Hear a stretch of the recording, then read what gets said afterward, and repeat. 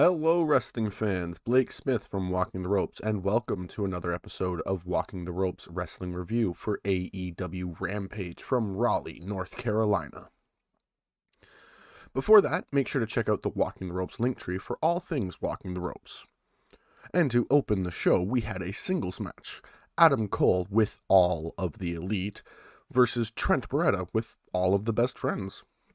My prediction for this match is it's going to be Adam Cole because he's undefeated, but he does have his whole crew there, and this may end up being bad for Cole as Trent is coming back from a huge return, and the Elite haven't been seeing eye to eye lately. So Trent might be able to use this to his advantage, and they waste no time landing the hard shots as Trent sends Cole outside, and Cole responds with sweeping the legs out and sending Trent crashing into the barricade. Cole keeps control through the majority of the match, but Trent is able to land some hard shots, but really can't follow it up with anything. Until he explodes out with a huge flurry of offense, ending in a tornado DDT, but only gets a near fall. He even fakes Cole out by playing possum, and almost able to take Cole out. It was really impressive. The focus from both men has been on the neck all night. All the offense has ultimately been ending with something to take out the neck. But neither man gives up, and then the two teams start fighting outside, distracting the ref, allowing Cole to hit a low blow, and he lowers the boom for the win. I am getting a little tired of the low blow finish because it's kind of like, even the announcers are saying like, oh, of course it's a low blow. Like, it is getting a little tired, and I hope they end that soon. But Adam Cole defeats Trent Beretta. I didn't hate the match. For the Malteser scale, I gave it a 3.5 out of 5. It was a solid match. Nothing really wrong with it. It was just kind of, I don't know. I don't really know. It was a good match, though. I just feel the ending is starting to get a little stale now.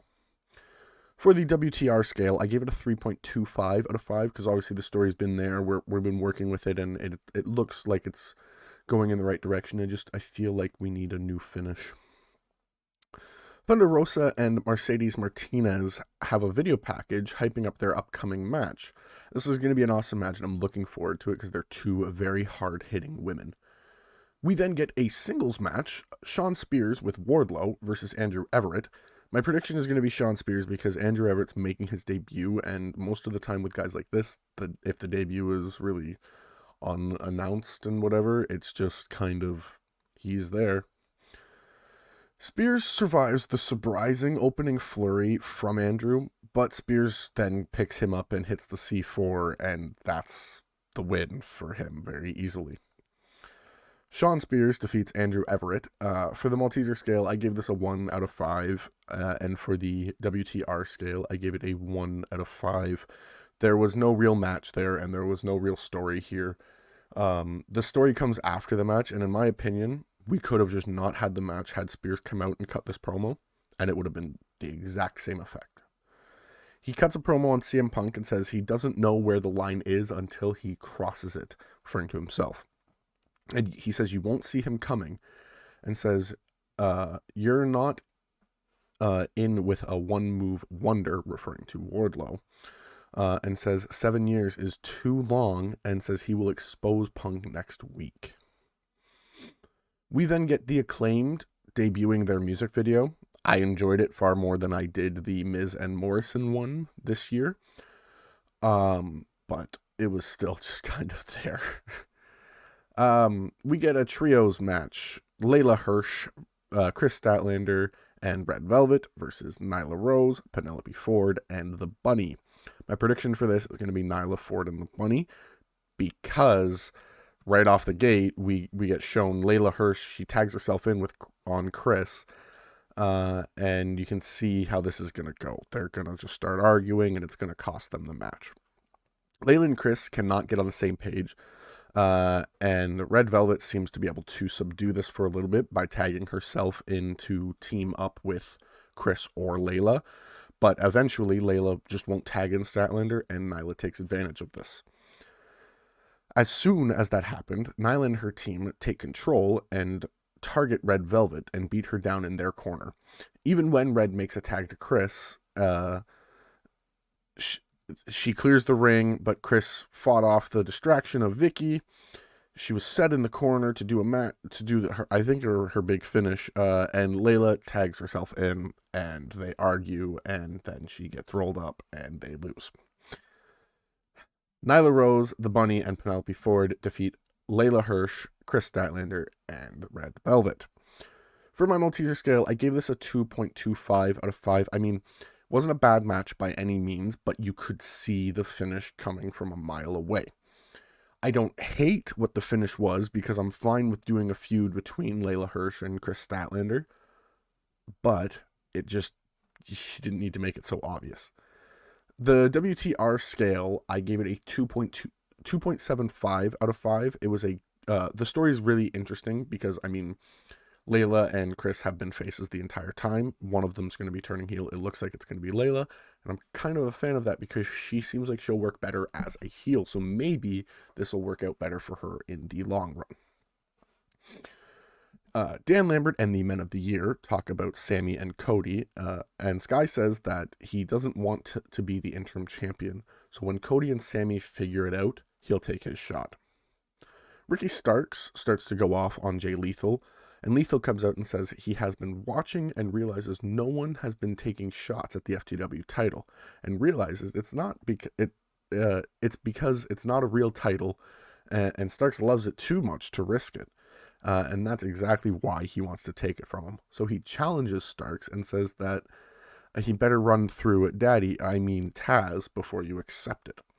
I absolutely love this. I look forward to seeing Lethal versus Starks, and I really hope I am wrong about the whole FTW title, and Lethal takes it from Starks, and then that's a whole thing with Taz and trying to get that belt back. I think that'd be really interesting. We then get Mark Henry talking with the title match competitors for the main event. The Dark Order say they are going to take the AEW tag titles tonight, and Jurassic Express says that if they want to do that, they will have to go through them. They've been on top of their game as of late.